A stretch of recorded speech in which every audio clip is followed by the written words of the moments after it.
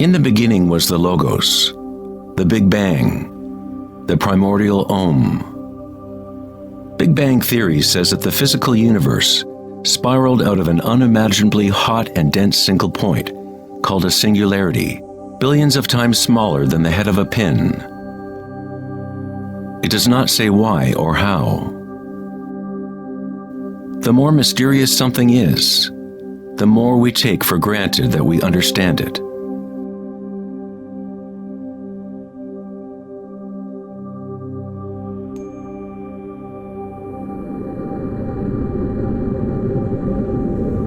It was thought that eventually gravity would either slow the expansion or contract the universe in a big crunch. However, images from the Hubble Space Telescope show that the universe's expansion seems to be actually accelerating, expanding faster and faster as it grows out of the Big Bang. Somehow, there is more mass in the universe than physics predicted. To account for the missing mass, physicists now say that the universe consists of only 4% atomic matter, or what we consider normal matter. 23% of the universe is dark matter, and 73% is dark energy, what we previously thought of as empty space. It is like an invisible nervous system that runs throughout the universe, connecting all things.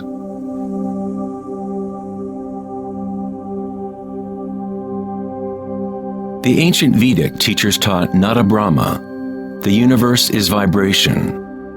The vibratory field is at the root of all true spiritual experience and scientific investigation. It is the same field of energy that saints, Buddhas, yogis, mystics, priests, shamans, and seers have observed by looking within themselves. It has been called Akasha, the primordial Om, Indra's net of jewels, the music of the spheres, and 1,000 other names throughout history.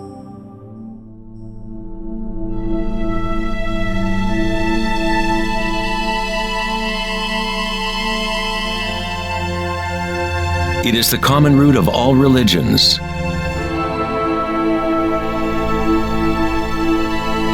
And the link between our inner worlds and our outer worlds.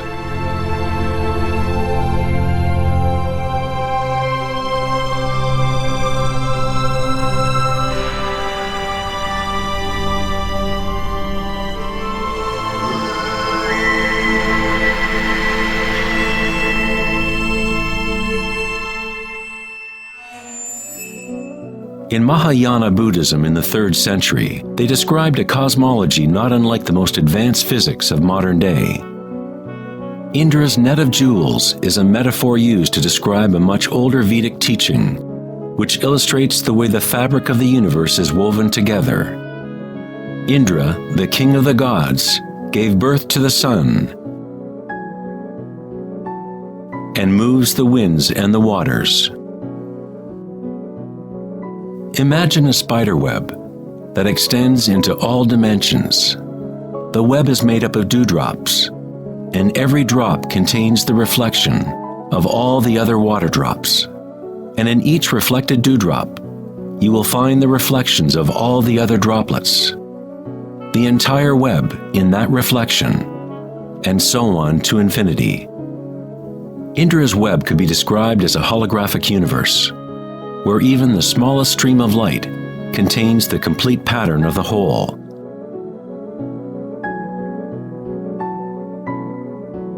The Serbian-American scientist Nikola Tesla is sometimes referred to as the man who invented the 20th century. Tesla was responsible for discovering alternating current electricity and many other creations that are now part of everyday life. Because of his interest in the ancient Vedic traditions, Tesla was in a unique position to understand science through both an Eastern and Western model. Like all great scientists, Tesla looked deeply into the mysteries of the outer world, but he also looked deeply within himself. Like the ancient yogis, Tesla used the term akasha to describe the etheric field that extends throughout all things. Tesla studied with Swami Vivekananda, a yogi who brought the ancient teachings of India to the West. In the Vedic teachings, akasha is space itself, the space that the other elements fill, which exists simultaneously with vibration. The two are inseparable. Akasha is yin to prana's yang.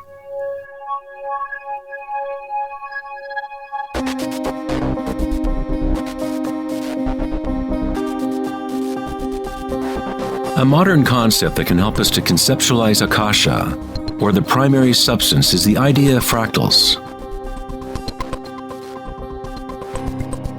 It wasn't until the 1980s that advances in computers allowed us to actually visualize and reproduce mathematically the patterns in nature.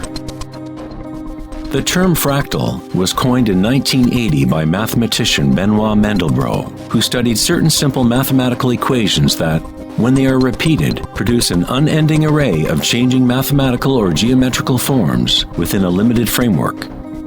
They are limited, but at the same time, infinite.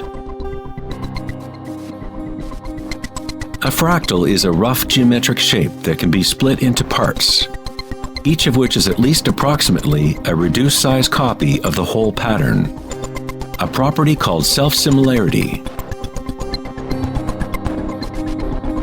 Mandelbrot's fractals have been called the thumbprint of God.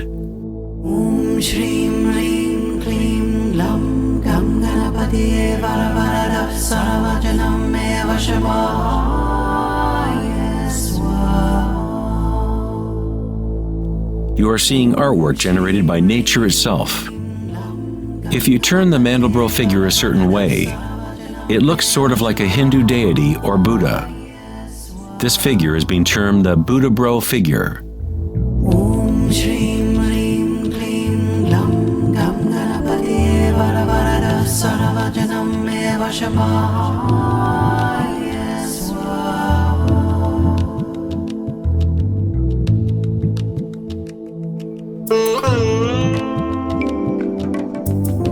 If you look at some forms of ancient art and architecture, you will see that humans have long associated beauty and the sacred with fractal patterns.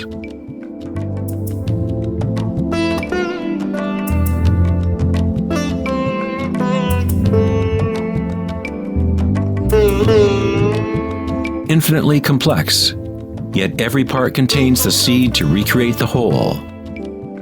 Fractals have changed mathematicians' views of the universe and how it operates. With each new level of magnification, there are differences from the original. Constant change and transformation occurs as we traverse from one level of fractal detail to another. This transformation is the cosmic spiral, the embedded intelligence of the matrix of time-space.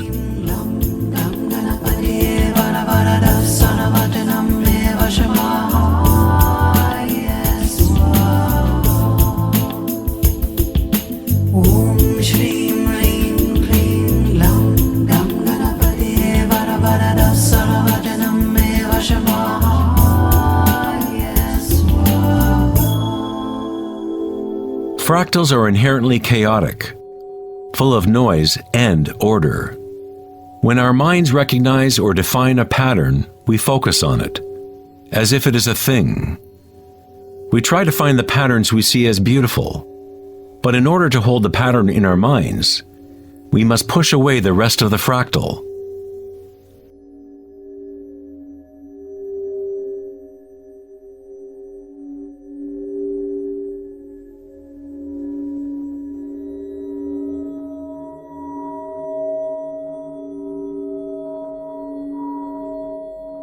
To comprehend a fractal with the senses is to limit its movement. All energy in the universe is neutral, timeless, dimensionless.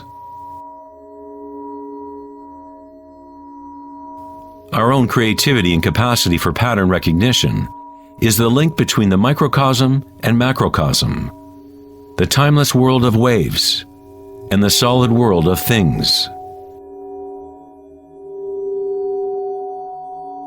Observation is an act of creation through limitations inherent in thinking.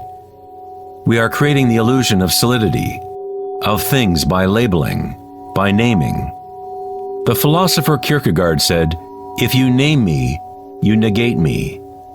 By giving me a name, a label, you negate all of the other things I could possibly be. You lock the particle into being a thing by pinning it down, naming it. But at the same time, you are creating it, defining it to exist. Creativity is our highest nature. With the creation of things comes time, which is what creates the illusion of solidity.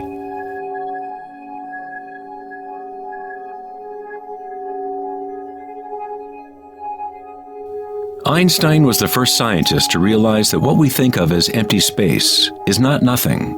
It has properties. And intrinsic to the nature of space is nearly unfathomable amounts of energy. The renowned physicist Richard Feynman once said, "There is enough energy in a single cubic meter of space to boil all the oceans in the world." Advanced meditators know that in the stillness lies the greatest power. The Buddha had yet another term for the primary substance, what he termed kalapas, which are like tiny particles or wavelets that are arising and passing away trillions of times per second.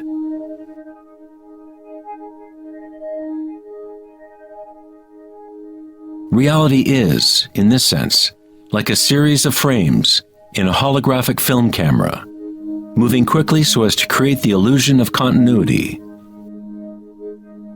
When consciousness becomes perfectly still, the illusion is understood, because it is consciousness itself that drives the illusion.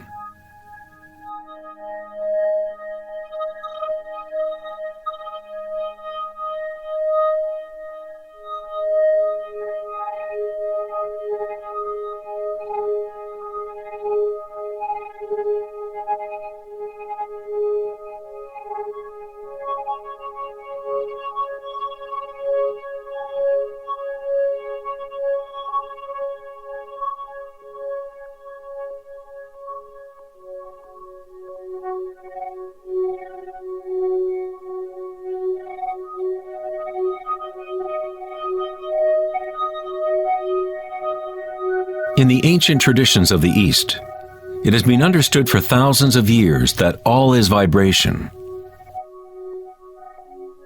Nada Brahma, the universe is sound.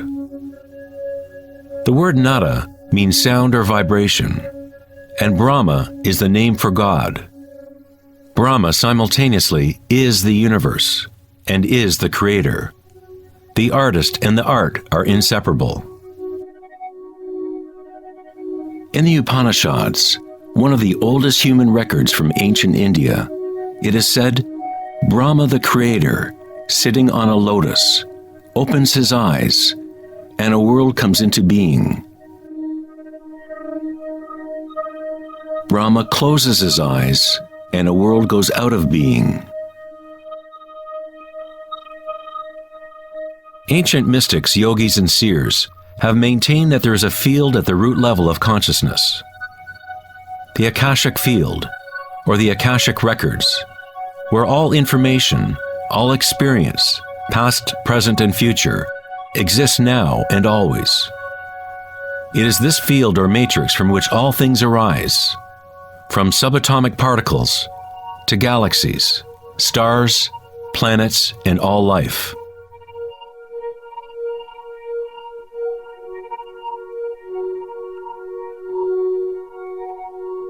You never see anything in its totality, because it is made up of layer upon layer of vibration, and it is constantly changing, exchanging information with Akasha. A tree is drinking in the sun, the air, the rain, the earth. a world of energy moves in and out of this thing we call a tree. When the thinking mind is still, then you see reality as it is, all aspects together. The tree and the sky and the earth, the rain and the stars are not separate. Life and death, self and other, are not separate, just as the mountain and the valley are inseparable. In the Native American and other indigenous traditions, it is said that everything has spirit, which is simply another way of saying everything is connected to the one vibratory source. There is one consciousness, one field, one force that moves through all. This field is not happening around you, it is happening through you, and happening as you. You are the you in universe. You are the eyes through which creation sees itself. When you wake from a dream, you realize that everything in the dream was you. You were creating it. So-called real life is no different. Everyone, everything is you. The one consciousness looking out of every eye. Under every rock.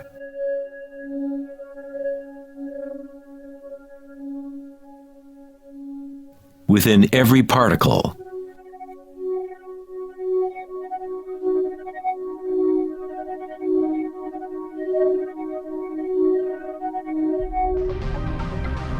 International researchers at 𝐶ERN, the European Laboratory for Particle Physics, are searching for this field that extends throughout all things.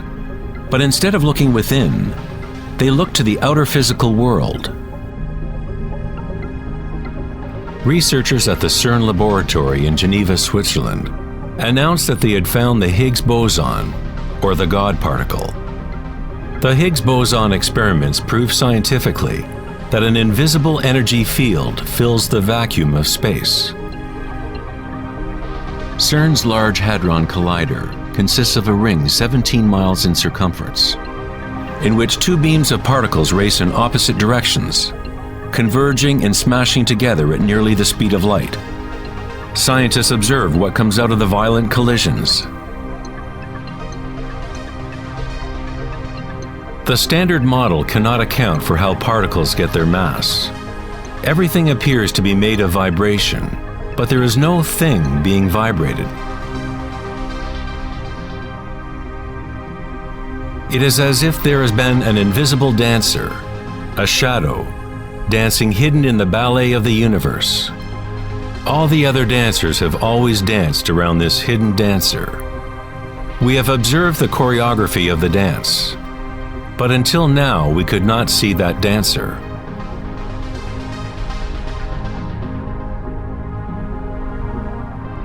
The so-called God particle, the properties of the base material of universe, the heart of all matter which would account for the unexplained mass and energy that drives the universe's expansion. But far from explaining the nature of the universe, the discovery of the Higgs boson simply presents an even greater mystery, revealing a universe that is more mysterious than we ever imagined. Science is approaching the threshold between consciousness and matter. The eye with which we look at the primordial field and the eye with which the field looks at us are one and the same.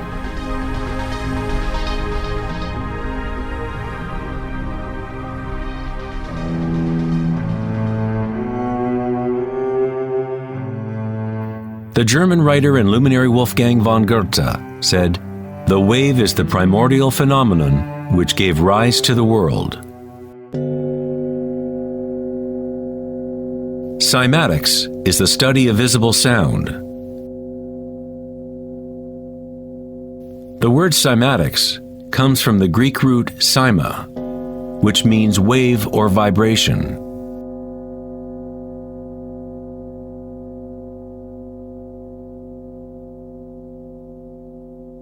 One of the first Western scientists to seriously study wave phenomena was Ernst Chladni, a German musician and physicist who lived in the 18th century.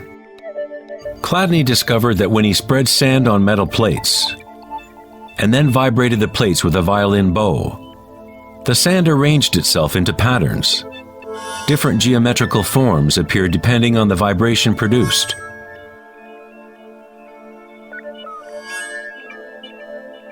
Chladni recorded an entire catalog of these shapes, and they are referred to as Chladni figures. Many of these patterns can be found throughout the natural world, such as the markings of the tortoise, or the spot patterns of a leopard.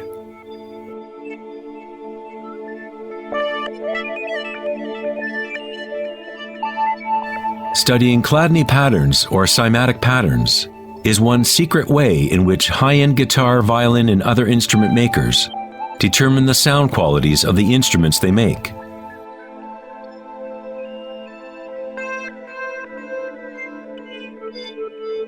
Hans Jenny expanded on Chladni's work in the 1960s. Using various fluids and electronic amplification to generate sound frequencies, and coined the term cymatics. If you run simple sine waves through a dish of water, you can see patterns in the water. Depending on the frequency of the wave, different ripple patterns will appear. The higher the frequency, the more complex the pattern. These forms are repeatable, not random. The more you observe, the more you start to see how vibration arranges matter into complex forms from simple repeating waves. This water vibration has a pattern similar to a sunflower.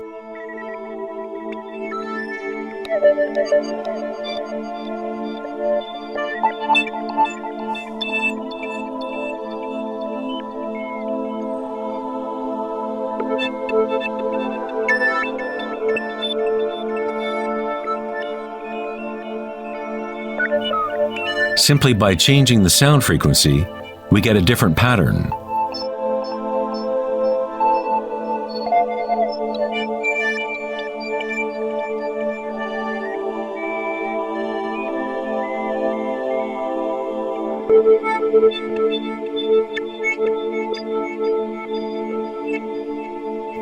Water is a very mysterious substance. It is highly impressionable. That is, it can receive and hold on to vibration. Because of its high resonance capacity and sensitivity, and an inner readiness to resonate, the water responds instantaneously to all types of sonic waves. Vibrating water and earth make up the majority of mass in plants and animals. It is easy to observe how simple vibrations in water can create recognizable natural patterns. But as we add solids and increase the amplitude, things get even more interesting. Adding cornstarch to water, we get more complex phenomena.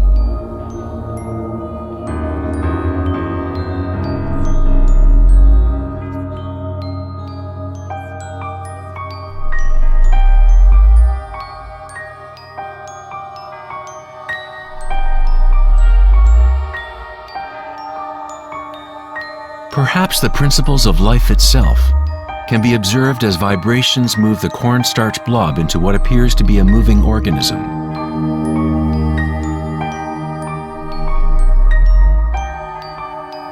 The animating principle of the universe is described in every major religion, using words that reflect the understanding of that time in history. In the language of the Incas, the largest empire in pre-Columbian America, the word for human body is Alpa Camasca, which means literally, animated earth. In Kabbalah, or Jewish mysticism, they talk about the divine name of God, the name that cannot be spoken. It cannot be spoken because it is a vibration that is everywhere. It is all words, all matter. Everything is the sacred word. The tetrahedron is the simplest shape that can exist in 3 dimensions. Something must have at least 4 points to have physical reality. The triangle structure is nature's only self-stabilizing pattern.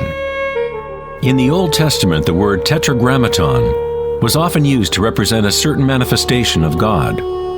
It was used when talking about the Word of God, or the special name of God, Logos or primordial Word.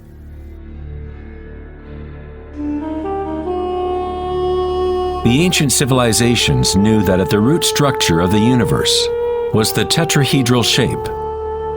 Out of this shape, nature exhibits a fundamental drive toward equilibrium, Shiva, while it also has a fundamental drive towards change, Shakti.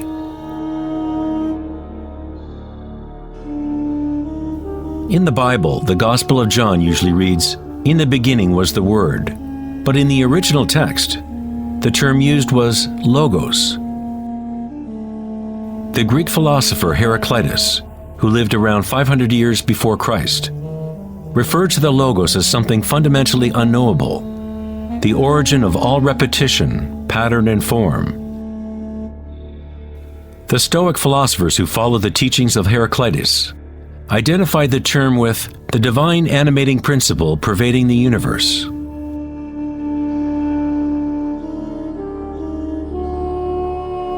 In Sufism, the Logos is everywhere and in all things. It is that out of which the unmanifest becomes manifest.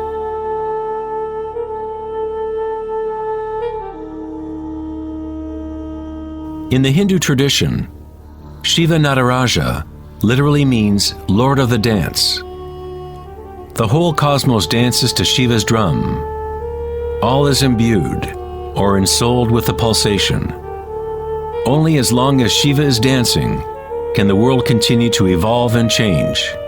Otherwise, it collapses back into nothingness. While Shiva is representative of our witnessing consciousness, Shakti is the substance or stuff of the world. While Shiva lies in meditation, Shakti tries to move him, to bring him into the dance.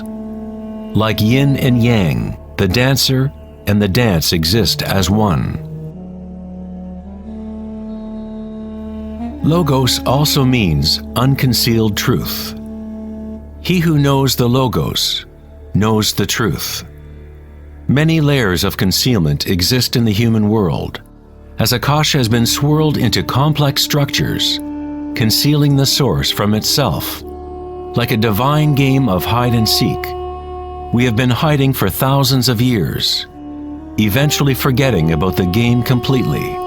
We somehow forgot that there was anything to find.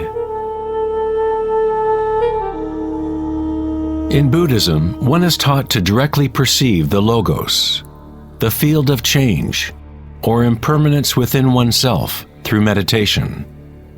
When you observe your inner world, you observe subtler and subtler sensations and energies as the mind becomes more concentrated and focused. Through the direct realization of anicca, or impermanence at the root level of sensation, one becomes free of attachment to transient external forms. Once we realize there is one vibratory field that is the common root of all religions, how can we say, "my religion," or "this is my primordial Om, my quantum field"?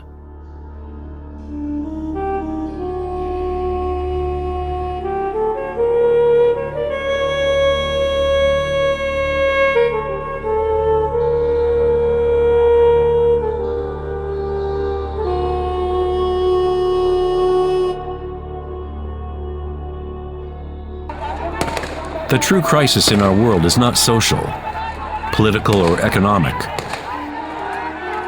Our crisis is a crisis of consciousness, an inability to directly experience our true nature, an inability to recognize this nature in everyone and in all things.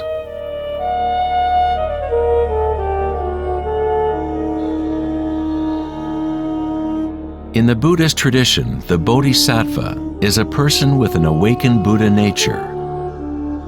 A Bodhisattva vows to help to awaken every being in the universe, realizing that there is only one consciousness. To awaken one's true self, one must awaken all beings,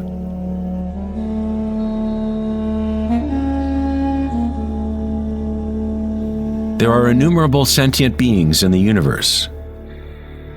I vow to help them all to awaken. My imperfections are inexhaustible. I vow to overcome them all.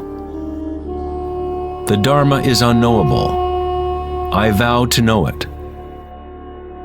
The way of awakening is unattainable. I vow to attain it.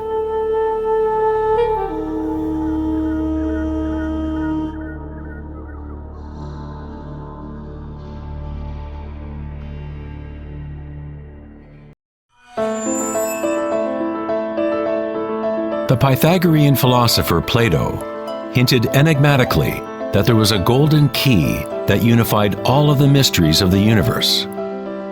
It is this golden key that we will return to time and again throughout our exploration.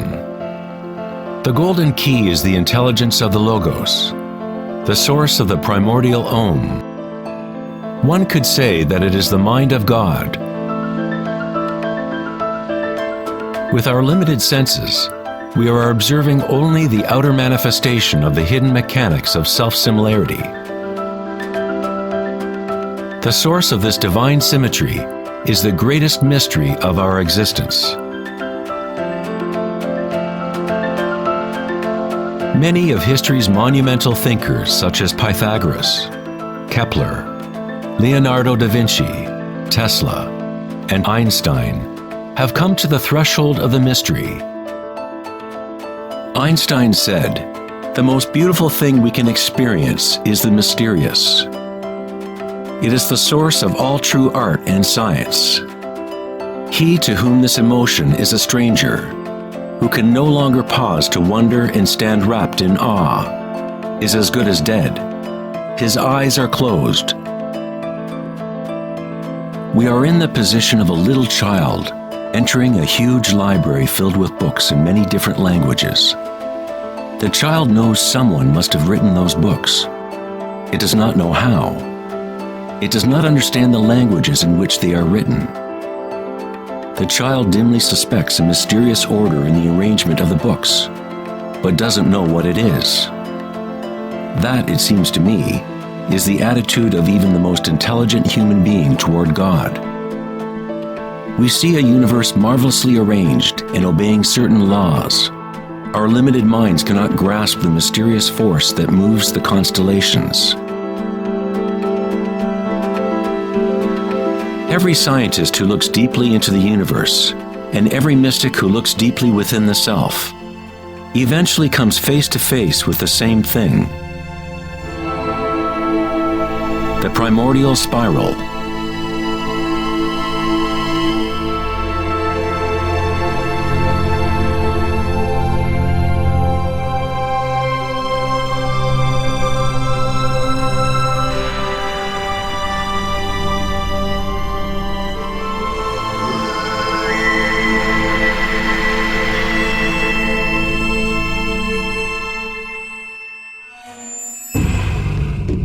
A 1,000 years before the creation of the ancient observatory at Stonehenge, the spiral was a predominant symbol on Earth.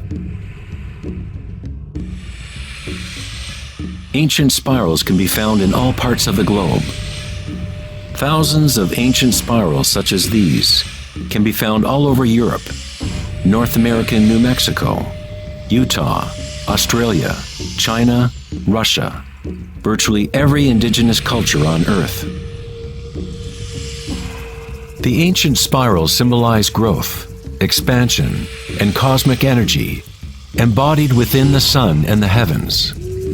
The spiral form is mirroring the macrocosm of the unfolding universe itself. In native traditions, the spiral was the energetic source, the primordial mother. The Neolithic spirals at Newgrange, Ireland date back 5,000 years.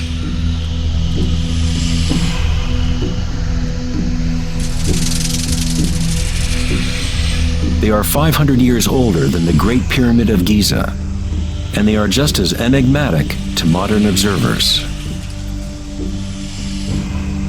The spiral goes back to a time in history when humans were more connected to the Earth, to the cycles and spirals of nature, a time when humans were less identified with thoughts.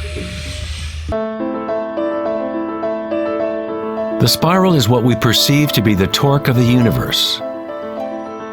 Prana, or creative force, swirls akasha into a continuum of solid forms.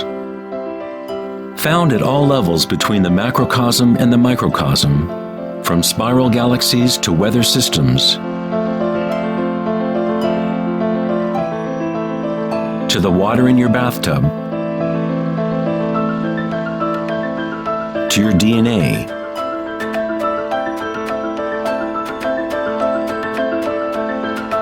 to the direct experience of your own energy.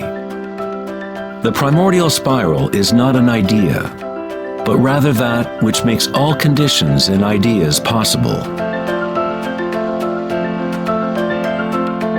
Various types of spirals and helices are found throughout the natural world.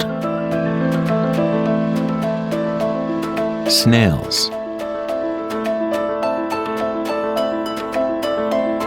sea coral,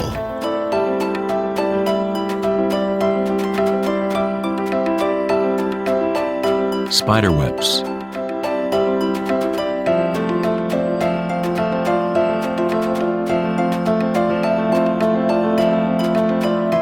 fossils,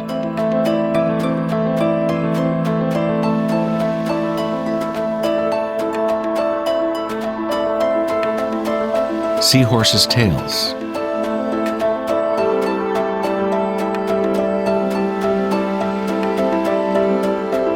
and shells.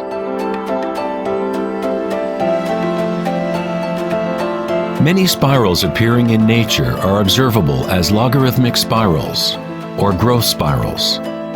As you move out from the center, the spiral sections get exponentially larger. Like Indra's net of jewels, logarithmic spirals are self-similar, or holographic, such that the characteristics of every part are reflected in the whole. 2,400 years ago in ancient Greece, Plato considered continuous geometric proportion to be the most profound cosmic bond. The golden ratio, or divine proportion, was nature's greatest secret. The golden ratio can be expressed as the ratio of A plus B to A is the same as the ratio of A to B. To Plato, the world's soul binds together into one harmonic resonance. The same pentagonal pattern that exists in a starfish or in a slice of okra can be seen in the path of the planet Venus, traced in the night sky over an 8-year period.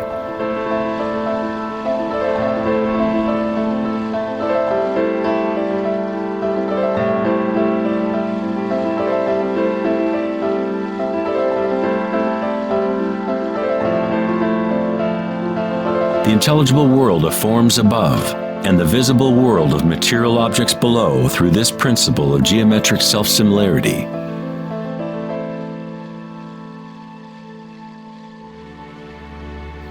From the self-similar spiral patterns of the Romanesco broccoli to the arms of galaxies, logarithmic spirals are a ubiquitous and archetypal pattern. Our own Milky Way galaxy has several spiral arms which are logarithmic spirals with a pitch of about 12 degrees. The greater the pitch of the spiral, the tighter the turns. When you observe a plant growing in time-lapse video, you witness it dancing with the spiral of life.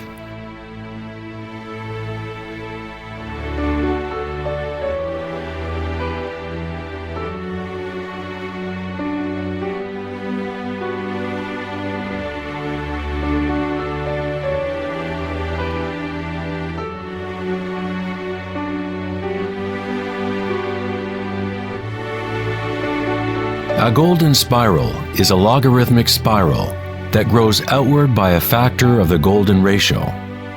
The golden ratio is a special mathematical relationship that pops up over and over in nature.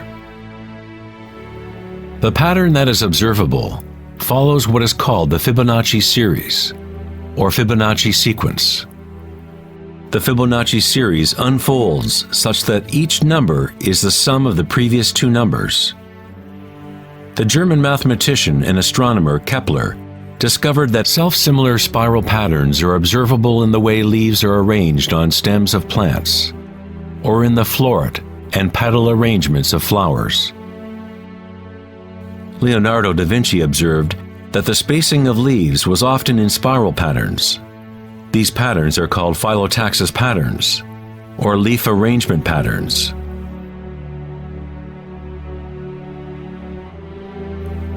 Phyllotaxis arrangements can be seen in self-organizing DNA nucleotides.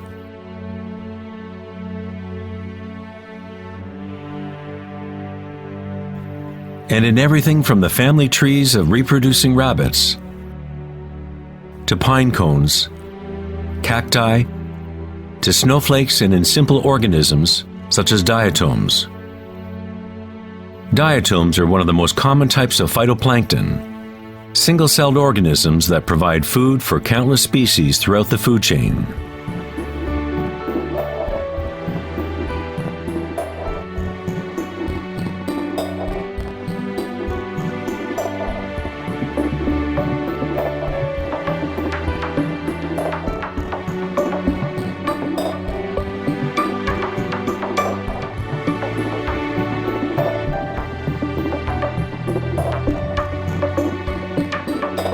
How much math do you need to know to be a sunflower or a bee?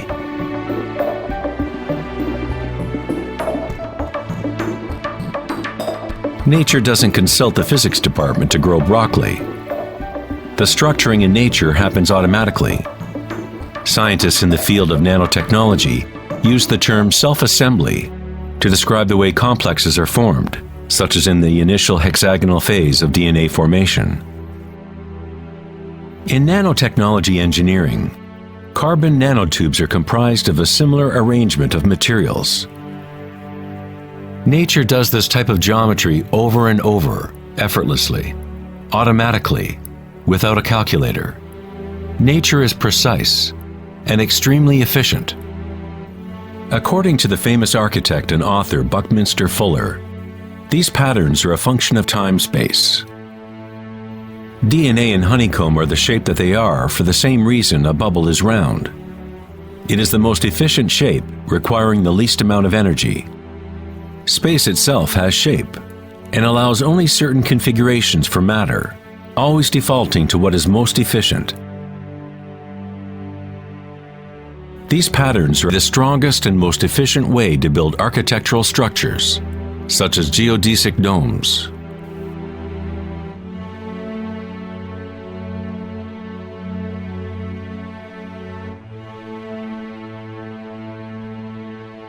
Logarithmic spiral patterns allow plants maximum exposure to insects for pollination, maximum exposure to sunlight and rain, and allow them to efficiently spiral water towards their roots. Birds of prey use the logarithmic spiral pattern to stalk their next meal. Flying in a spiral is the most efficient way to hunt.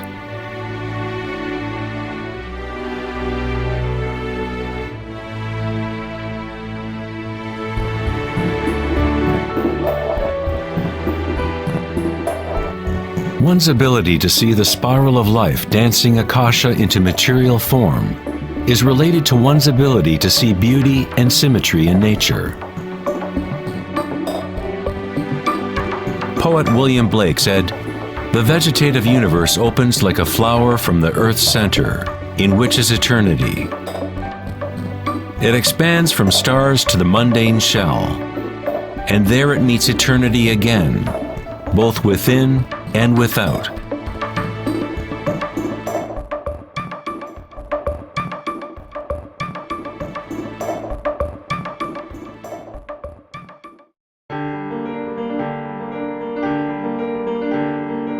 The study of patterns in nature is not something that is very familiar in the West. But in ancient China, this science was known as Li, Li reflects the dynamic order and pattern in nature.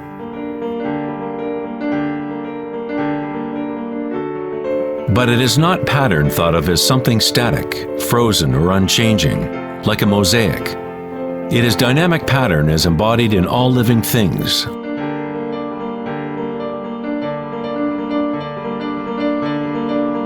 The arteries of leaves, the markings of the tortoise and the vein patterns on rocks are all expressions of nature's secret language in art. The labyrinth is one of many Li patterns. It is found in coral structures, mushrooms like the morel, cabbages, and in the human brain. The cellular pattern is another common form in nature. There are a myriad of different cellular structures, but all have a similar orderliness defined by their purpose and function.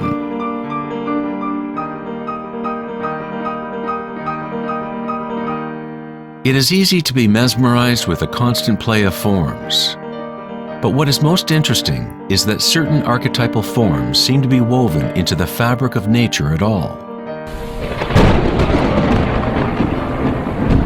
The branching pattern is another Li pattern, or archetypal pattern, that is observable at all levels and all fractal scales.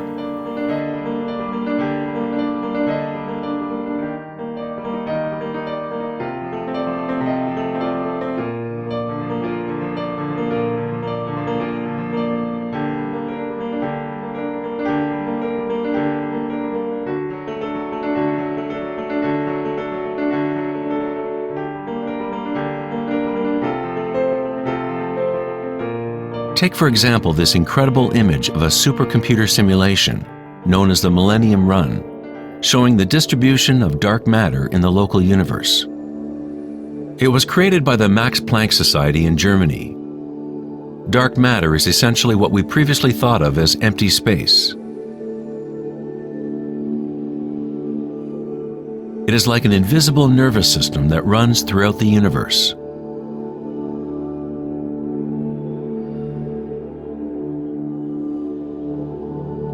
The universe is literally like a giant brain. It is constantly thinking, using a type of dark or hidden energy that science is only starting to understand. Through this immense network, unfathomable energy moves, providing the momentum for the expansion and growth of the universe.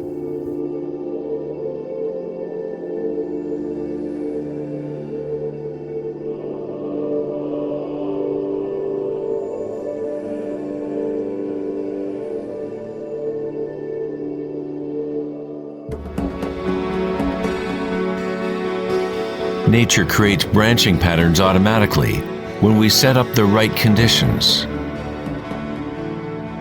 Nature is an art-generating machine or a beauty-creating engine.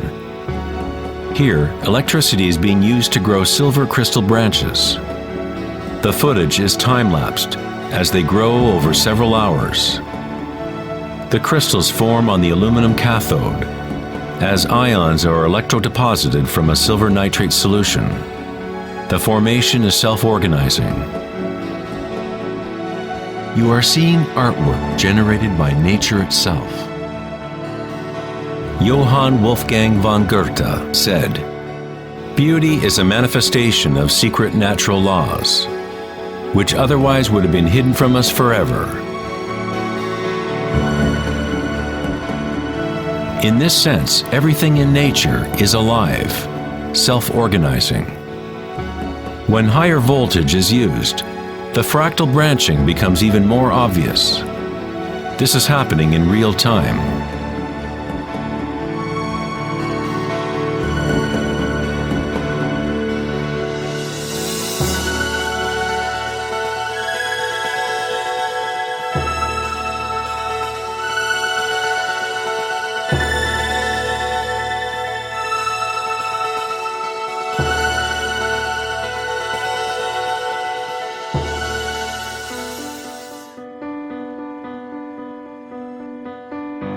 In the human body, tree-like structures and patterns are found throughout.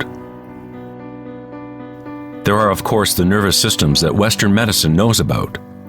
But in Chinese, Ayurvedic, and Tibetan medicine, the energy meridians are a central component to understanding how the body functions.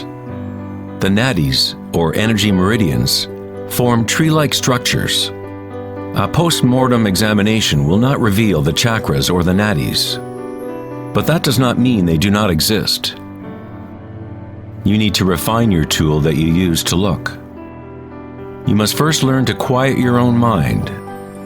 Only then you will observe these things first within yourself. In electrical theory, the less resistance in a wire, the more easily it can carry energy. When you cultivate equanimity through meditation, it creates a state of non-resistance in your body.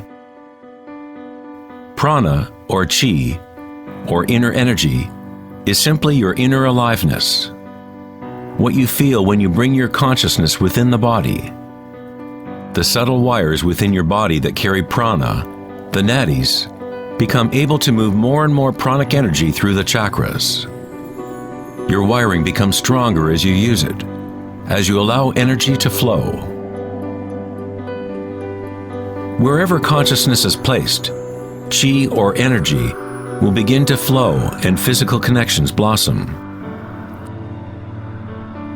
Within the brain and nervous system, physical wiring patterns become established by repetition. By continually placing your attention within and lowering resistance to the sensations you are experiencing, you increase your energetic capacity.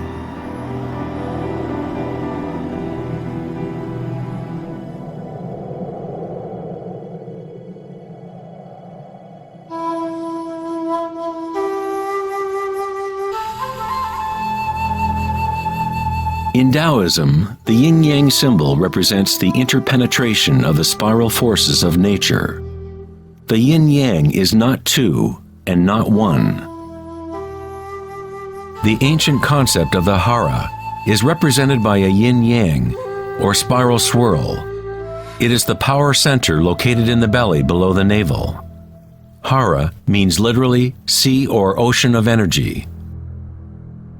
In China, the hara is called the lower dantian. In many forms of Asian martial arts, the warrior with strong hara is said to be unstoppable. In the samurai tradition, one form of ritual suicide, or seppuku, was harakiri, was often mispronounced as harikiri. It means to impale one's hara, thereby cutting off one's chi or energy channel. Moving from this center creates the grounded, graceful movement that you see not only in martial arts,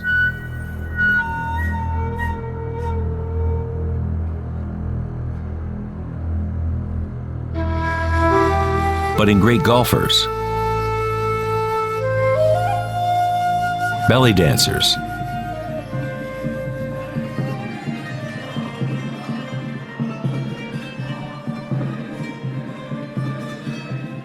and Sufi whirling dervishes.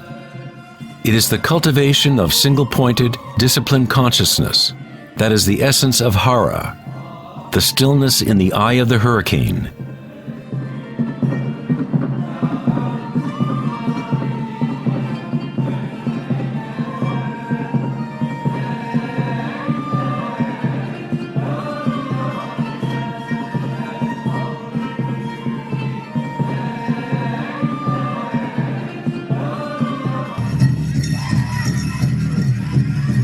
It is the gut instinct in connection to one's energy source.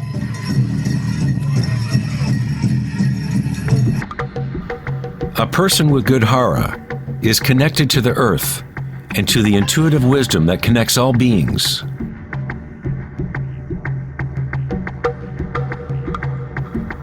To think with your belly, 𝐻𝐴, is to tap into your inner wisdom.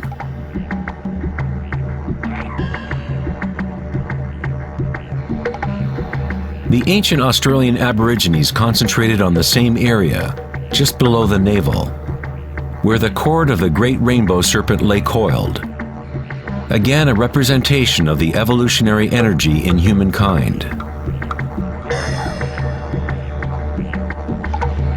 It is no accident that it is in the 𝐻𝑎RA where new life begins.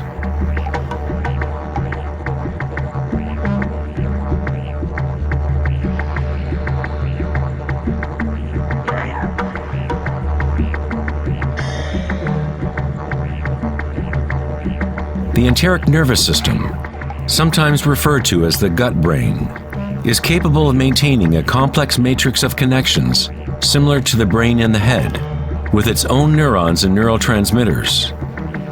It can act autonomously, that is, with its own intelligence. You could say that the gut brain is a fractal version of the head brain, or perhaps the head brain is a fractal version of the gut brain. A healthy bear has strong 𝐻𝑎RA. When a bear knows where to forage for herbs, it follows the movement of qi through its senses, centered in the 𝐻𝑎RA or belly. This is the bear's connection to the dream lodge, the place in native traditions where all knowledge comes from, to the spiral of life.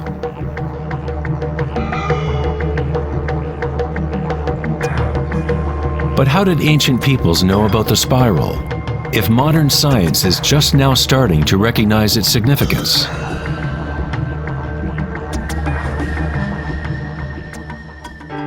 Ask the bees, for they have not forgotten how to love. Bees have a special connection to the source, as part of a symbiotic system, helping beauty and diversity to flourish. They are a bridge between the macrocosm and the microcosm. There is one heart that connects all, a hive mind, if you will. Like an open brain, the hive sends out its dreams into the world to be manifested.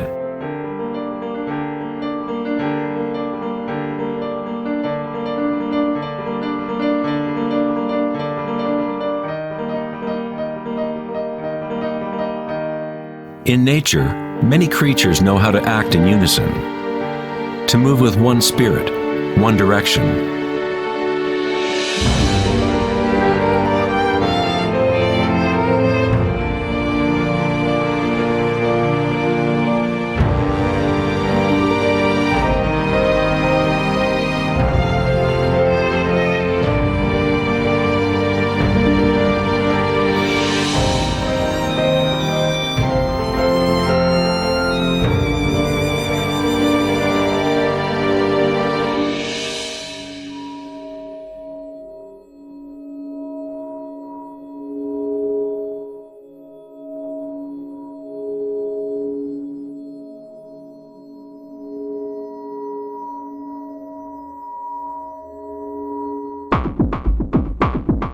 But not all benefit the other species around them.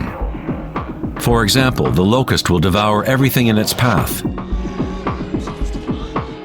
A locust has no choice but to act like a locust. It will never make honey or pollinate plants the way a bee does. A locust's behavior is rigid, but a human is unique in that we can act like a bee or we can act like a locust. We are free to change and manipulate the patterns of how we interact with the world. We can exist symbiotically or as a parasite.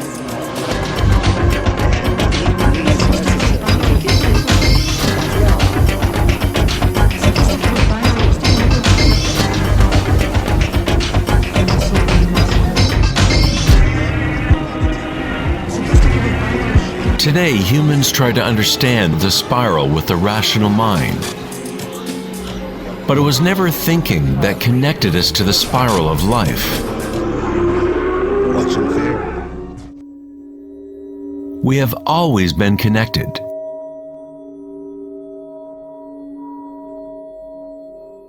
Thinking has been what keeps us in the illusion of separateness within our own identities. Thinking is the creation of separateness, the experience of limitation. The more we align with thought, the more removed we become from the source. Ancient cultures that were less thought-oriented aligned themselves with the spiral in a more direct and personal way than we do today. In ancient India, Kundalini is a representation of one's inner energy, which moves in snake-like or helix-like pattern up the spine. In the ancient yogic traditions of India, the inner worlds of people at that time were comparable to those of Hara-centered cultures. To balance the power of the spiral with the stillness of your witnessing consciousness is to align with your full evolutionary potential, to blossom into the unique multifaceted being you were designed to be.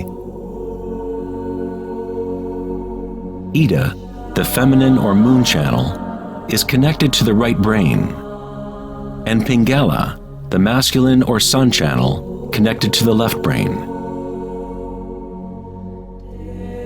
When these two channels are in balance, energy flows up a third channel, Sushumna, along the center of the spine, energizing the chakras and unlocking one's full evolutionary potential. The word chakra is an ancient Sanskrit word meaning energy wheel. Kundalini is nothing less than the primordial spiral that dances your human life into existence. It is a different order of energy than we normally understand, like a bridge from gross matter to the most subtle energies. You are that bridge. Kundalini is not energy that can be forced by will, effort, and friction. It is analogous to growing a flower. All we can do as good gardeners is prepare the soil in proper conditions and let nature take its course.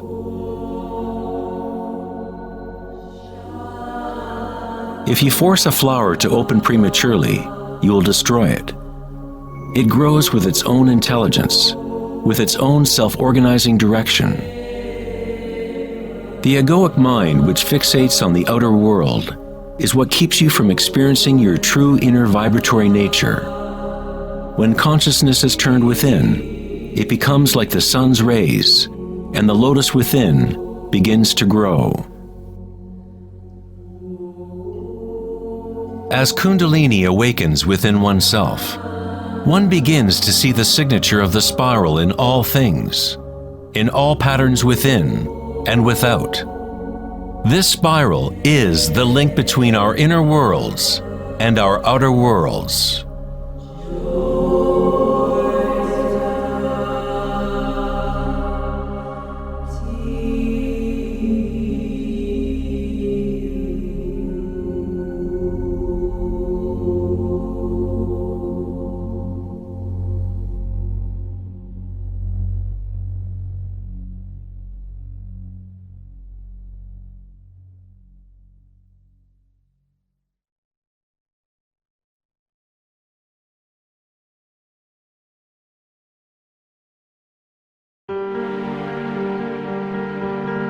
Prior to the dawn of Western civilization in written language, science and spirituality were not two separate things. In the teachings of the great ancient traditions, the outer search for knowledge and certainty was balanced by an inner feeling of impermanence and intuitive understanding of the spiral of change. As scientific thinking became more dominant and information multiplied, fragmentation began to occur within our knowledge systems. Increased specialization meant that fewer people were capable of seeing the big picture, of feeling and intuiting the aesthetic of the system as a whole. No one was asking, is all this thinking good for us?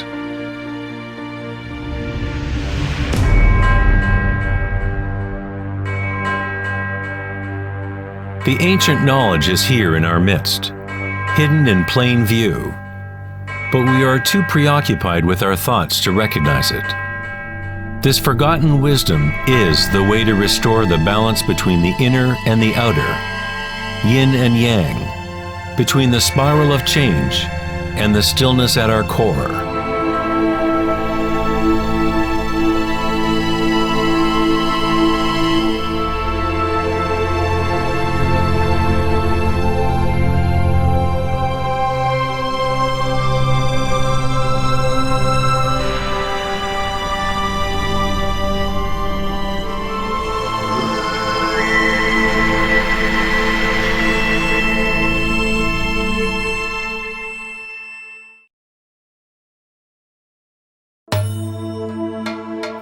In Greek legend, Asclepius was the son of Apollo and the god of healing.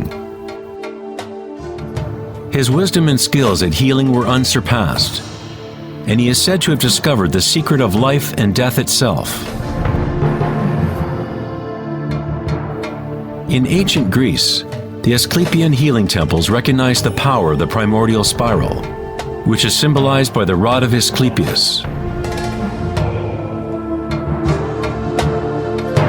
Hippocrates, the father of medicine, whose oath still forms the moral code of the medical profession, was said to have received his training at an Asclepian temple.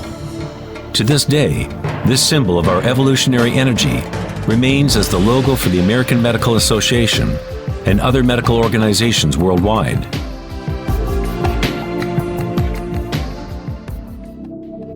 In Egyptian iconography, the snake and bird represent the duality or polarity of human nature.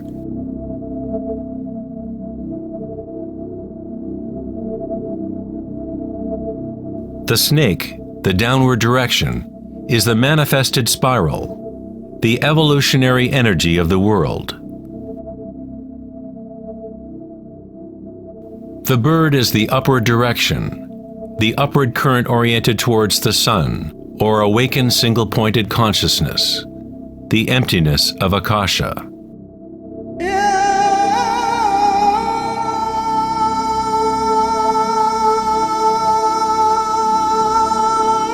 Pharaohs and gods are depicted with awakened energy, whereby the Kundalini snake moves up the spine and pierces Ajna chakra between the eyes.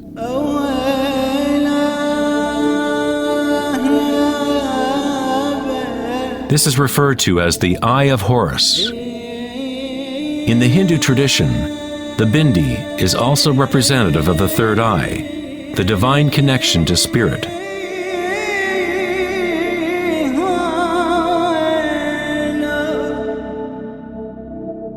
King Tutankhamun's mask is a classic example showing both the snake and bird motifs.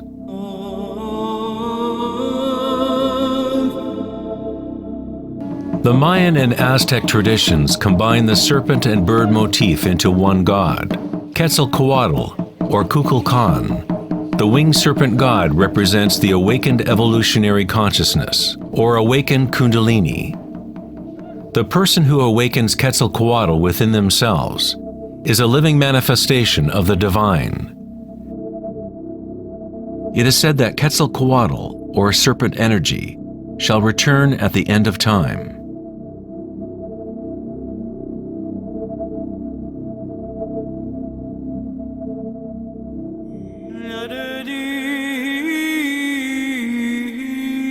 The snake and bird symbols can be found within Christianity as well. Their true meaning may be more deeply encrypted, but the meaning is the same as in other ancient traditions. In Christianity, the bird or dove, often seen above Christ's head, represents Holy Spirit, or Kundalini Shakti, as it rises to the sixth chakra and beyond. The Christian mystics called Kundalini by another name, Holy Spirit. In John 3:12, it says, "And as Moses lifted up the serpent in the wilderness, so must the Son of Man be lifted up." Jesus and Moses awakened their Kundalini energy, bringing awakened consciousness to the unconscious reptilian forces that drive human craving. Jesus was said to have spent 40 days and nights in the desert, during which time he was tempted by Satan. Similarly, the Buddha was tempted by Mara as he sat to reach enlightenment under the Bodhi tree, or wisdom tree. Both Christ and Buddha had to turn away from the lure of sensory pleasures and worldly grasping.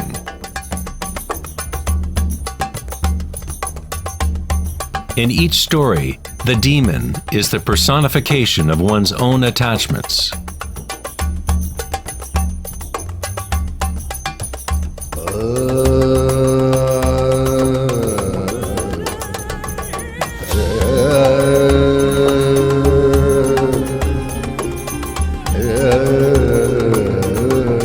If we read the Adam and Eve story in the light of the Vedic and Egyptian traditions, we find that the serpent guarding the tree of life is Kundalini. The apple represents the lure and temptation of the external sensory world, distracting us from the knowledge of the inner world, the tree of knowledge within.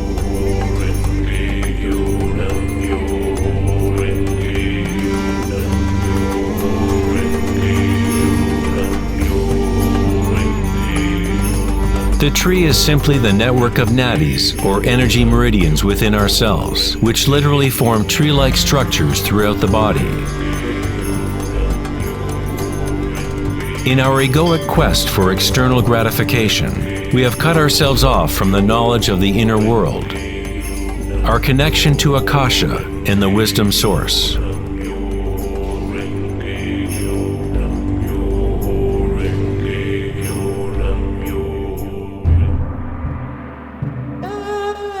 Many of the world's historical myths about dragons can be read as metaphors for the inner energies of the cultures in which they are embedded. In China, the dragon is still a sacred symbol representing happiness. Like the Egyptian pharaohs, ancient Chinese emperors who had awakened their evolutionary energies were represented by the winged snake or dragon. The royal totem of the Jade Emperor, or Celestial Emperor, shows a balance similar to Ida and Pingala. The yin and yang of Taoism, awakening the pineal center, or what in Taoism is called the upper dantian.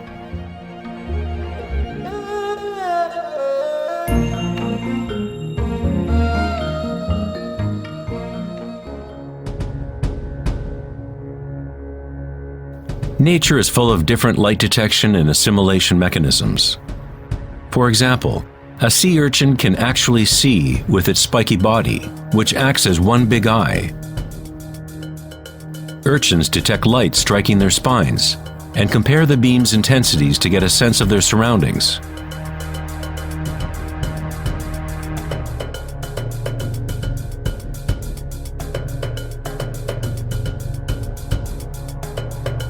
Green iguanas and other reptiles have a parietal eye or pineal gland on top of their heads, which they use to detect predators from above.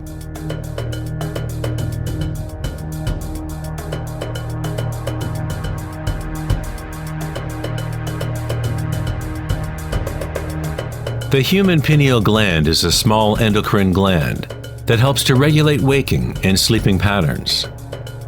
Even though it is buried deep inside the head, the pineal gland is sensitive to light. The philosopher Descartes recognized that the pineal gland area, or third eye, was the interface between consciousness and matter. Almost everything is symmetrical in the human body: 2 eyes, 2 ears, 2 nostrils. Even the brain has 2 sides. But there is one area of the brain that is not mirrored. This is the pineal gland area and the energetic center that surrounds it. On a physical level, unique molecules are formed naturally by the pineal gland, such as DMT. DMT also forms naturally at the moment of birth and moment of death, literally acting as a unique bridge between the world of the living and the dead. DMT is produced naturally during states of deep meditation and samadhi, or through entheogenic means. For example, ayahuasca is used in the shamanic traditions of South America to remove the veil between the inner and outer worlds. The word pineal itself has the same root as pine cone, because the pineal gland exhibits a similar spiral phyllotaxis pattern. This pattern, also known as the flower of life pattern, is common in ancient artwork depicting enlightened or awakened beings. When the pinecone image is seen in sacred artwork, it represents the awakened third eye, single-pointed consciousness, directing the flow of evolutionary energy. The pinecone represents the flowering of the higher chakras, which are activated as Sushumna rises to the Ajna chakra and beyond. In Greek mythology, the worshippers of Dionysus carried a thyrsus, or giant staff, wrapped with spiraling vines topped with a pine cone, again representing Dionysian energy, or Kundalini Shakti, as it travels up the spine to the pineal body at the sixth chakra.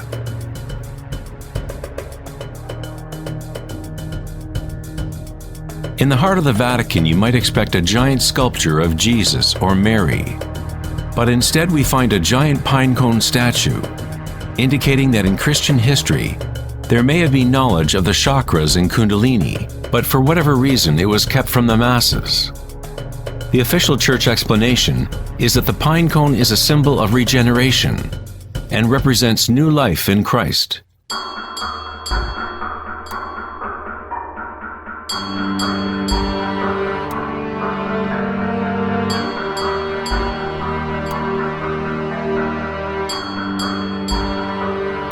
The 13th century philosopher and mystic Meister Eckhart said, "The eye with which I see God and the eye with which God sees me is one and the same." In the King James Bible, Jesus said, "The light of the body is the eye. If therefore thine eye be single, thy whole body shall be full of light."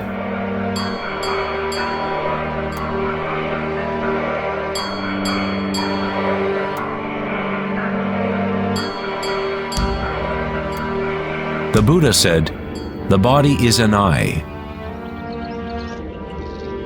In a state of samadhi, one is both the seer and the seen. We are the universe aware of itself.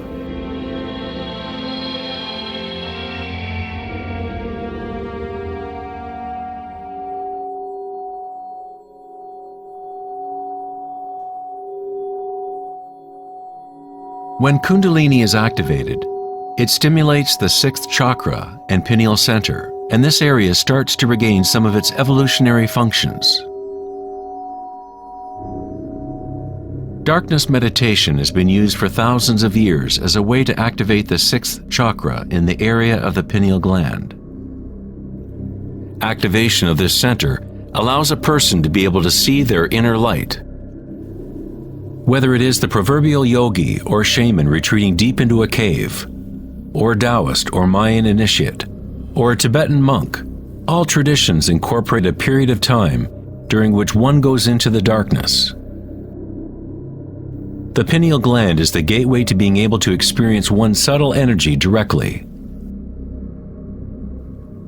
The philosopher Nietzsche said, "If you stare into the abyss long enough, eventually you find the abyss stares back at you."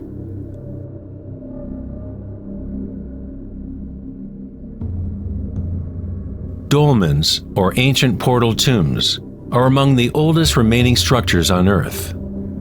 Most date to the Neolithic period of 3000 to 4000 BC, and some in Western Europe are 7000 years old. The dolmen was used to enter into perpetual meditation, as a way for a human to bridge the inner and outer worlds. As one continues to meditate in total darkness, eventually one begins to observe inner energy or light as the third eye becomes active. The circadian rhythms, which are governed by the sun and moon channels, no longer control the functions of the body, and a new rhythm is established.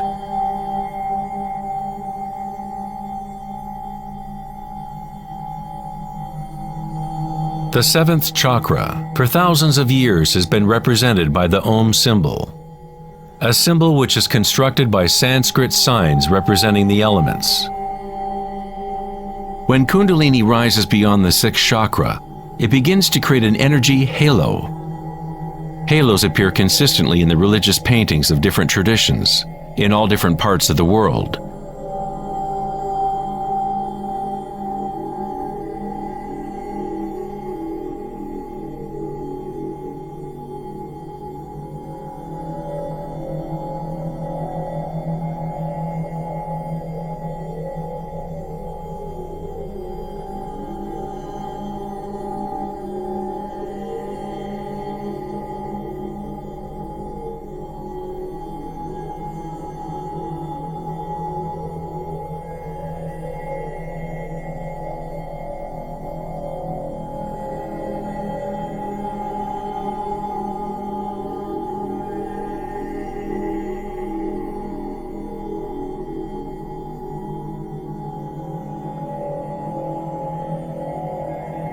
The halo, or the depiction of an energy signature around an awakened being, is common to virtually all religions in all parts of the world.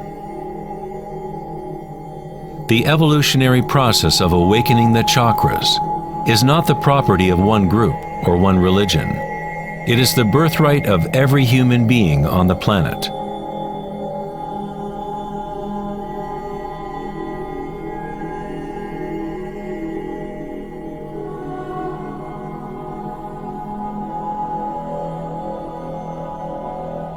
The crown chakra is the connection to the divine, that which is beyond duality, beyond name and form. Akhenaten was a pharaoh, whose wife was Nefertiti. He is referred to as the son of the sun. He rediscovered Aten, or the Word of God within himself, uniting Kundalini and consciousness.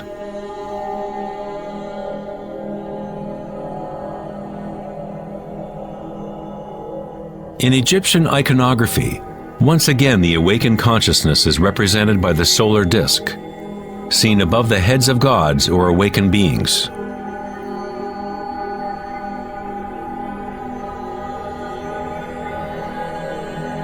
In the Hindu and yogic traditions, this halo is called Sahasrara, the thousand-petaled lotus.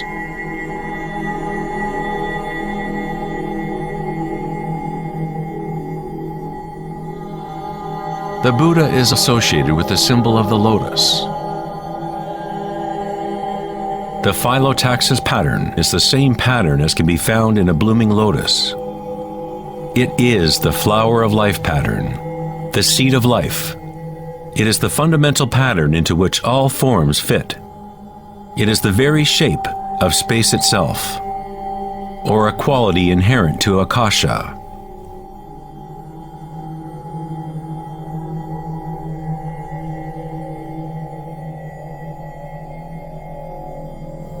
At one time in history, the flower of life symbol was prevalent all over Earth.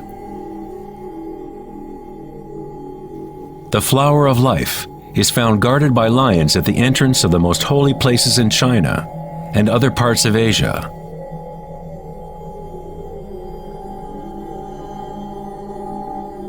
The 64 hexagrams of the I Ching often surround a yin-yang symbol, which is yet another way of representing the flower of life. Within the flower of life is the geometric basis for all of the Platonic solids, essentially every form that can exist. The ancient flower of life begins with the geometry of the Star of David, or upward and downward facing triangles. Or in 3D, these would be tetrahedral structures. This symbol is a yantra, a sort of program that exists within the universe, the machine that is generating our fractal world. Yantras have been used as tools for awakening consciousness for thousands of years. The visual form of the yantra is an external representation of an inner process of spiritual unfolding.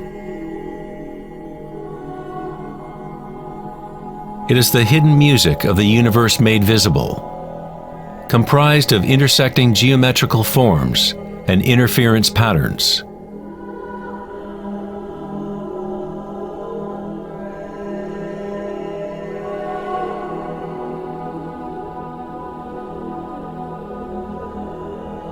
Each chakra is a lotus, a yantra, a psychophysiological center through which the world can be experienced.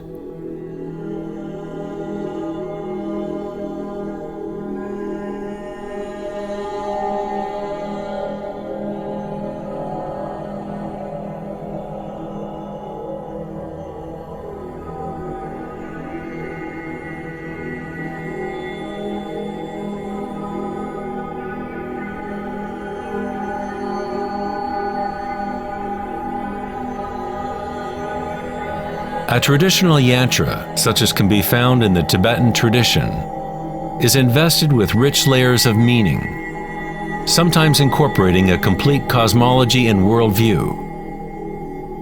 The yantra is a constantly evolving pattern which works through the power of repetition or iteration of a cycle. The power of the yantra is all but lost in today's world because we seek meaning only in the external form, and we do not connect it to our inner energies through intention.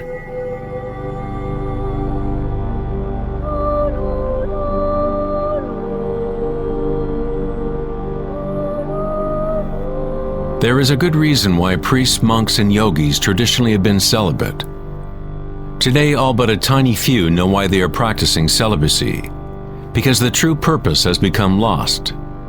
Quite simply, if your energy is going into producing more sperm or eggs, as the case may be, then there is not as much to fuel the rising of Kundalini, which activates the higher chakras. Kundalini is life energy, which is also sexual energy.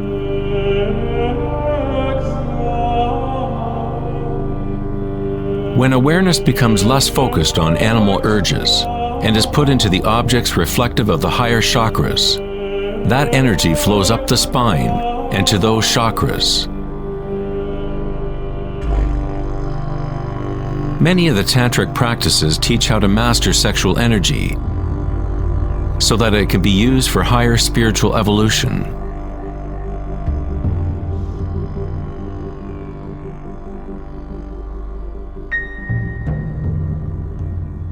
Your state of consciousness creates the right conditions for your energy to be able to grow. Entering a state of consciousness takes no time. As Eckhart Tolle says, awareness and presence always happen in the now. If you are trying to make something happen, then you are creating resistance to what is. It is the removing of all resistance that allows evolutionary energy to unfold. In the ancient yogic tradition, yoga postures were used to prepare the body for meditation. Hatha yoga was never intended solely as an exercise regime, but as a way to link one's inner and outer worlds. The Sanskrit word hatha means sun, ha, and moon, tha. In the original Yoga Sutras of Patanjali, the purpose of the 8 limbs of yoga are the same as the Buddha's Eightfold Path: to liberate one from suffering. When the polarities of the dual world are in balance, a third thing is born.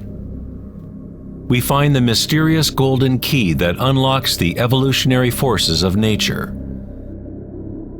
This synthesis of the sun and moon channels is our evolutionary energy.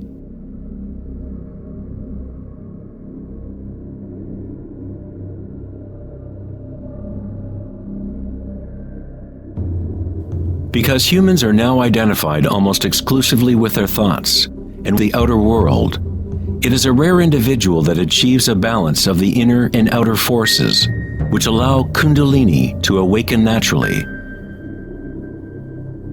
For those identified only with the illusion, Kundalini will always remain a metaphor, an idea, rather than a direct experience of one's energy and consciousness.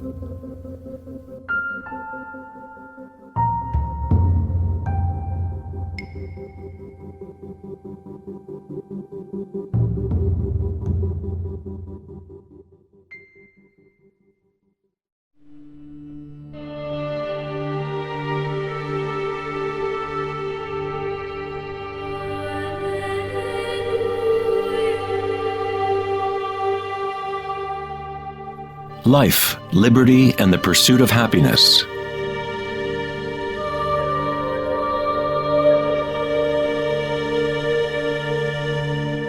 We live our lives pursuing happiness out there, as if it is a commodity.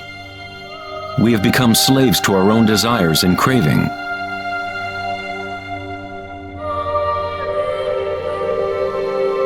Happiness is not something that can be pursued or purchased like a cheap suit. This is Maya, illusion, the endless play of form.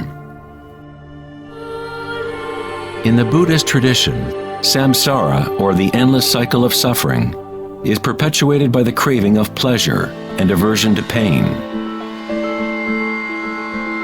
Freud referred to this as the pleasure principle. Everything we do is an attempt to create pleasure, to gain something that we want, or to push away something undesirable that we don't want. Even a simple organism like the paramecium does this. It is called response to stimulus. Unlike a paramecium, humans have more choice. We are free to think, and that is the heart of the problem. It is the thinking about what we want that has gotten out of control.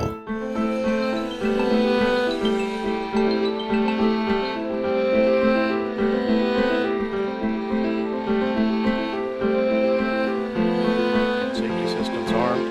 10, 9, 8, 7, 6, 5, 4, 3, 2, 1, 0, and liftoff of Endeavour, going where East and West do meet at the International Space Station. The dilemma of modern society is that we seek to understand the world not in terms of archaic inner consciousness, but by quantifying and qualifying what we perceive to be the external world by using scientific means and thought. Thinking has only led to more thinking and more questions. We seek to know the innermost forces which create the world and guide its course. But we conceive of this essence as outside of ourselves, not as a living thing intrinsic to our own nature. It was the famous psychiatrist Carl Jung who said, "One who looks outside dreams. One who looks inside awakes." It is not wrong to desire to be awake, to be happy. What is wrong is to look for happiness outside when it can only be found inside.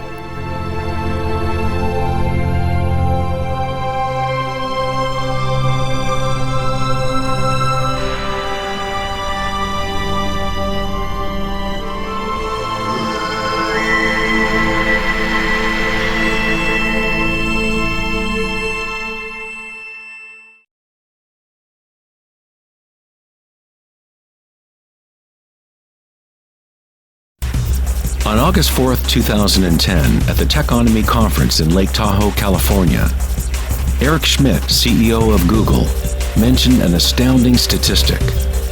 Every 2 days now, we create as much information as we did from the dawn of civilization up until 2003, according to Schmidt. That's something like 5 exabytes of data. Never in human history has there been so much thinking, and never has there been so much turmoil on the planet. Could it be that every time we think of a solution to one problem, we create 2 more problems? What good is all this thinking if it doesn't lead to greater happiness? Are we happier, more equanimous, more joyful as a result of all this thinking? Or does it isolate us, disconnect us from a deeper and more meaningful experience of life?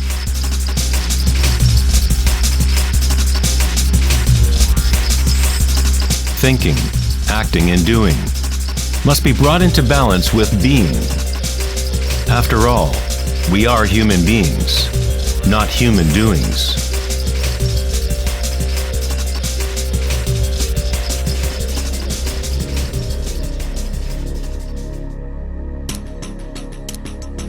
We want change, and we want stability at the same time. Our hearts have become disconnected from the spiral of life, the law of change, as our thinking minds drive us towards stability, security, and pacification of the senses. With a morbid fascination, we watch killings, tsunamis, earthquakes, and wars. We constantly try to occupy our mind, fill it with information. TV shows streaming from every conceivable device, games and puzzles, text messaging, and every possible trivial thing.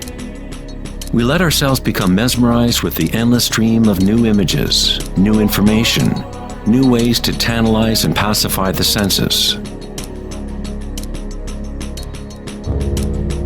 At times of quiet inner reflection, our hearts may tell us that there is more to life than our present reality, that we live in a world of hungry ghosts, endlessly craving and never satisfied.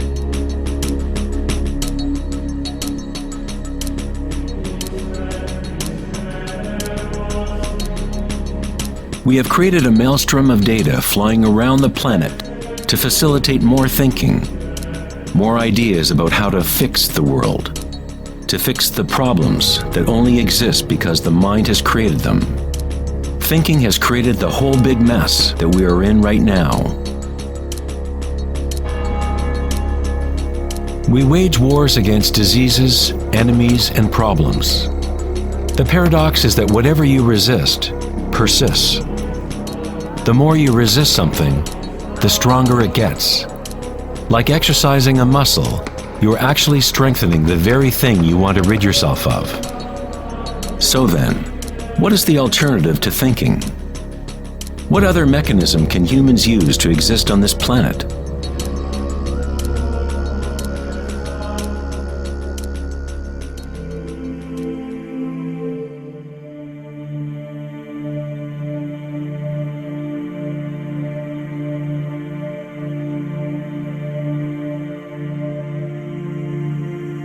While Western culture in recent centuries has focused on exploring the physical by using thought and analysis, other ancient cultures have developed equally sophisticated technologies for exploring inner space. It is the loss of the connection to our inner worlds that has created imbalance on our planet. The ancient tenet, know thyself, has been replaced with a desire to know and experience the outer world of form. Answering the question, who am I, is not simply a matter of describing what is on your business card.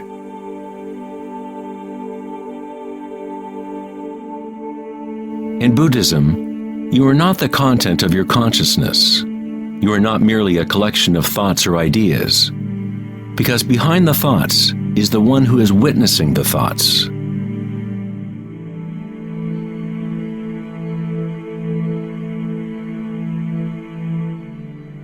The imperative know thyself is a Zen koan, an unanswerable riddle.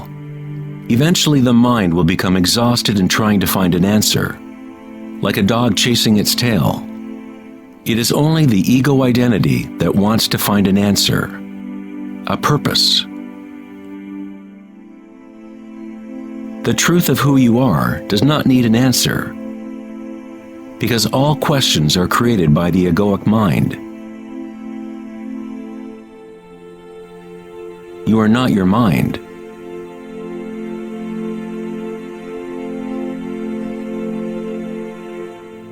The truth lies not in more answers, but in less questions. As Joseph Campbell said, I don't believe people are looking for the meaning of life as much as they are looking for the experience of being alive.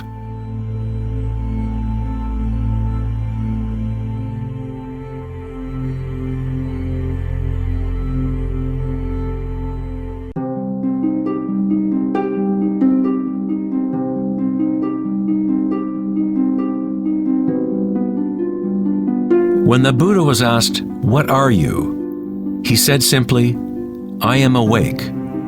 What does this mean, to be awake?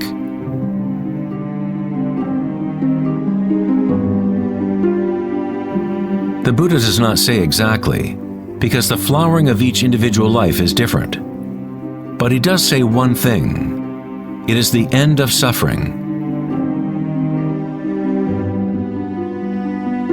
Every major religious tradition has a name for the state of being awake: heaven, nirvana, or moksha. A quiet mind is all you need to realize the nature of the stream. All else will happen once your mind is quiet. In that stillness, inner energies wake up and work without effort on your part. As the Taoists say, Qi follows consciousness. By being still, one begins to hear the wisdom of the plants and animals, the quiet whispers in dreams, and one learns the subtle mechanism by which those dreams come into material form. In the Tao Te Ching, this kind of living is called Wei Wu Wei, doing, not doing. The Buddha spoke of the middle way as the path that leads to enlightenment. Aristotle described the golden mean, the middle between two extremes, as the path of beauty. Not too much effort, but not too little either. Yin and yang in perfect balance.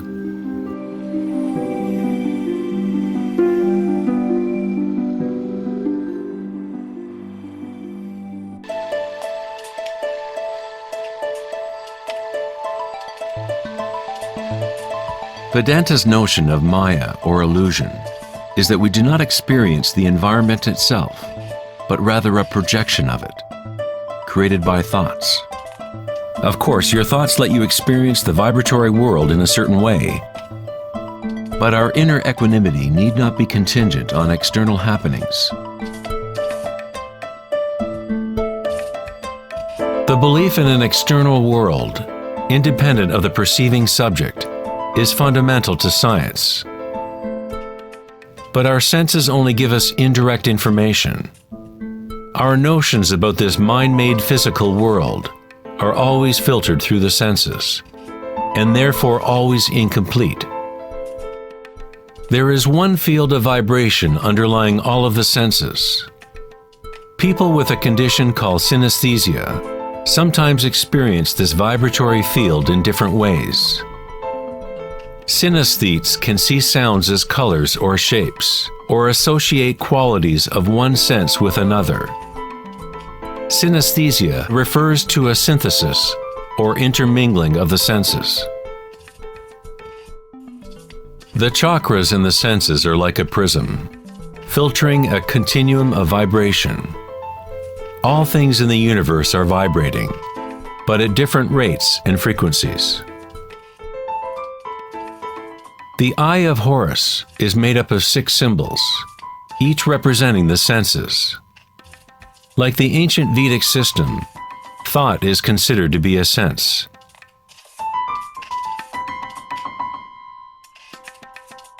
Thoughts are received simultaneously as sensations are experienced on the body.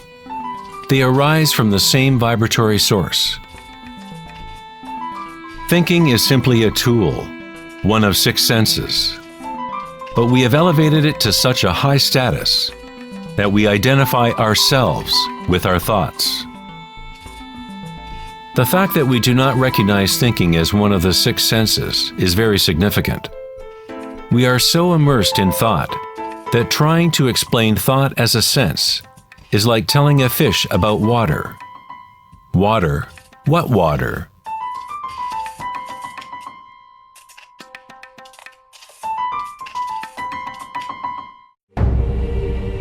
In the Upanishads, it is said, "Not that which the eye can see, but that whereby the eye can see. Know that to be Brahman, the eternal, and not what people here adore. Not that which the ear can hear, but that whereby the ear can hear. Know that to be Brahman, the eternal, and not what people here adore. Not that which speech can illuminate, but that by which speech can be illuminated. Know that to be Brahman, the eternal, and not what people here adore."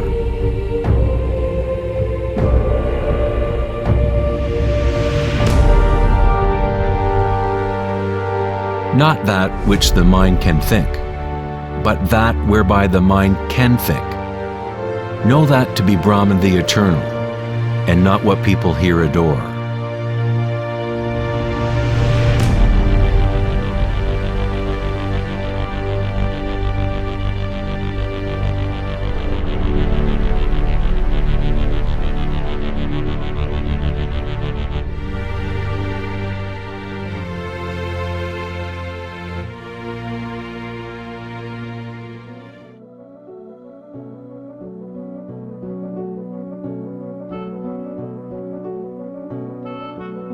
In the last decade, great advances have taken place in the area of brain research.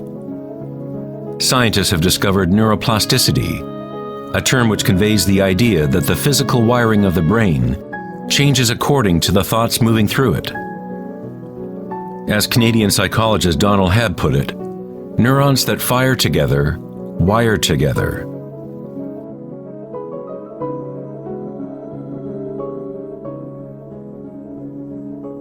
Neurons wire together most when a person is in a state of sustained attention. What this means is that it is possible to direct your own subjective experience of reality. Literally, if your thoughts are ones of fear, worry, anxiety, and negativity, then you grow the wiring for more of those thoughts to flourish. If you direct your thoughts to be ones of love, compassion, gratitude, and joy, you create the wiring for repeating those experiences. But how do we do that if we are surrounded by violence and suffering? Isn't this some kind of delusion or wishful thinking? Neuroplasticity is not the same as the New Age notion that you create your reality by positive thinking. It is actually the same thing that the Buddha taught 2,500 years ago. Vipassana meditation, or insight meditation, could be described as self-directed neuroplasticity. You accept your reality exactly as it is, as it actually is. But you experience it at the root level of sensation, at the vibratory or energetic level, without the prejudice or influence of thought, through sustained attention at the root level of consciousness. The wiring for an entirely different perception of reality is created.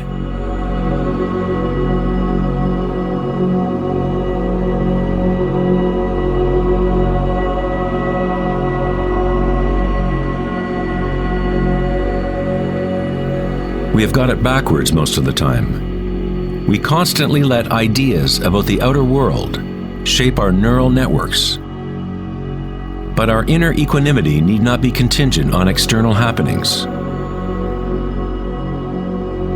Circumstances don't matter. Only my state of consciousness matters. Meditation in Sanskrit means to be free of measurement, free of all comparison, to be free of all becoming. You are not trying to become something else. You are okay with what is. The way to rise above the suffering of the physical realm is to totally embrace it, to say yes to it, so it becomes something within you, rather than you being something within it.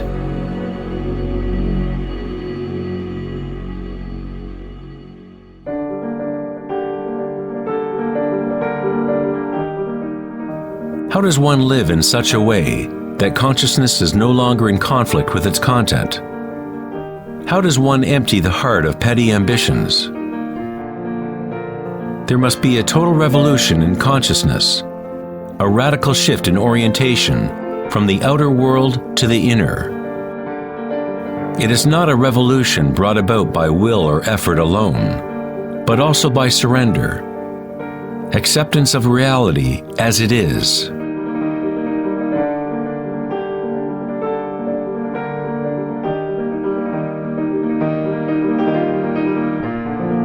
The image of Christ's open heart powerfully conveys the idea that one must open to all pain. One must accept all if one is to remain open to the evolutionary source. This doesn't mean you become a masochist. You don't look for pain. But when pain comes, which it inevitably does, you simply accept reality as it is, instead of craving some other reality. The Hawaiians have long believed that it is through the heart that we learn truth. The heart has its own intelligence, as distinctly as the brain does. The Egyptians believed that the heart, not the brain, was the source of human wisdom. The heart was considered the center of the soul and the personality. It was through the heart that the divine spoke, giving ancient Egyptians knowledge of their true path. This papyrus depicts the weighing of the heart. It was considered a good thing to go into the afterlife with a light heart. It meant that you had lived well.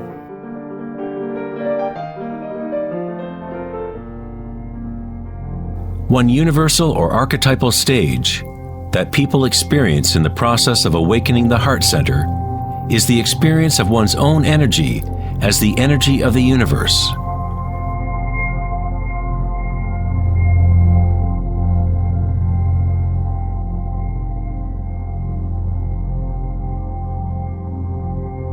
When you allow yourself to feel this love, to be this love, when you connect your inner world with the outer world, then all is one. How does one experience the music of the spheres? How does a heart open?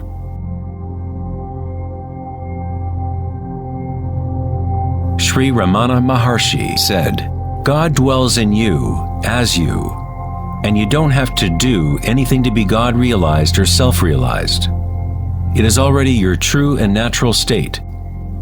Just drop all seeking, turn your attention inward, and sacrifice your mind to the one self, radiating in the heart of your very being. For this to be your own presently lived experience, self-inquiry is the one direct and immediate way."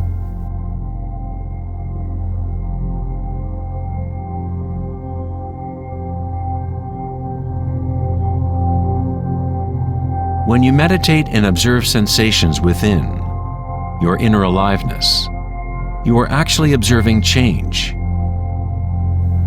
This force of change is the arising and passing away as energy changes form. The degree to which a person has evolved or become enlightened is the degree to which one has gained the ability to adapt to each moment, or to transmute the constantly changing human stream of circumstances, pain and pleasure, into bliss.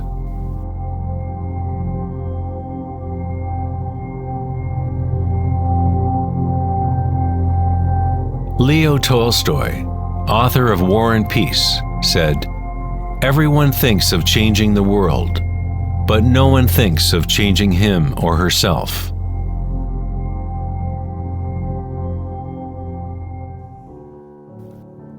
Darwin said the most important characteristic for the survival of a species is not strength or intelligence, but adaptability to change.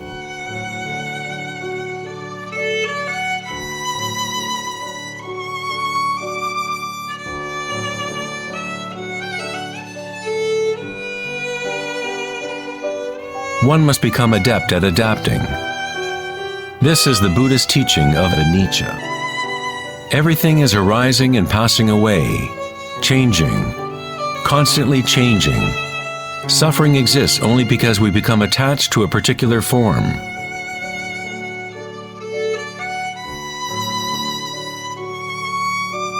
When you connect to the witnessing part of yourself with the understanding of anicca, bliss arises in the heart.